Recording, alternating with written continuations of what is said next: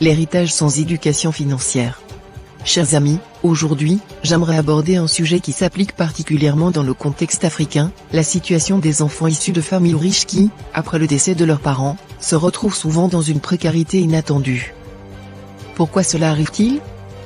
Premièrement, il y a la question de l'éducation financière. Beaucoup de ces enfants grandissent dans un milieu où la richesse est visible, mais ils ne reçoivent pas toujours l'enseignement nécessaire pour gérer cette richesse. Ils peuvent hériter des biens, mais sans la capacité de les gérer, de les faire fructifier, ces biens peuvent rapidement s'épuiser. Ensuite, il y a la culture de la dépendance. Certains enfants, habitués à un certain confort, peuvent devenir moins motivés à travailler dur ou à entreprendre. Ils comptent souvent sur l'héritage plutôt que de développer leurs propres compétences et ambitions. Un autre facteur est la pression sociale.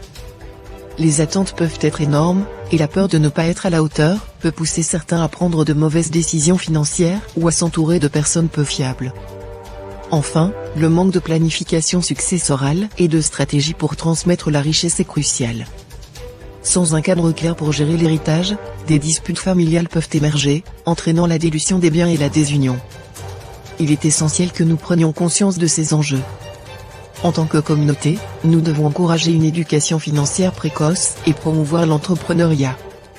Nous devons aussi travailler à bâtir une culture de la responsabilité et de la solidarité, afin que chaque génération puisse non seulement conserver, mais aussi multiplier la richesse. Alors, engageons-nous à changer cette dynamique. Enseignons à nos enfants non seulement à hériter, mais à créer, à innover et à faire fructifier ce qu'ils reçoivent. Ensemble, nous pouvons transformer notre héritage en une opportunité durable pour les générations futures, et ça commence dans ta maison. Donnes-tu déjà une éducation financière à tes enfants? Si oui, bravo, sinon il serait peut-être temps d'y songer, car ça fait partie de l'apprentissage de l'autonomie. Gratitude.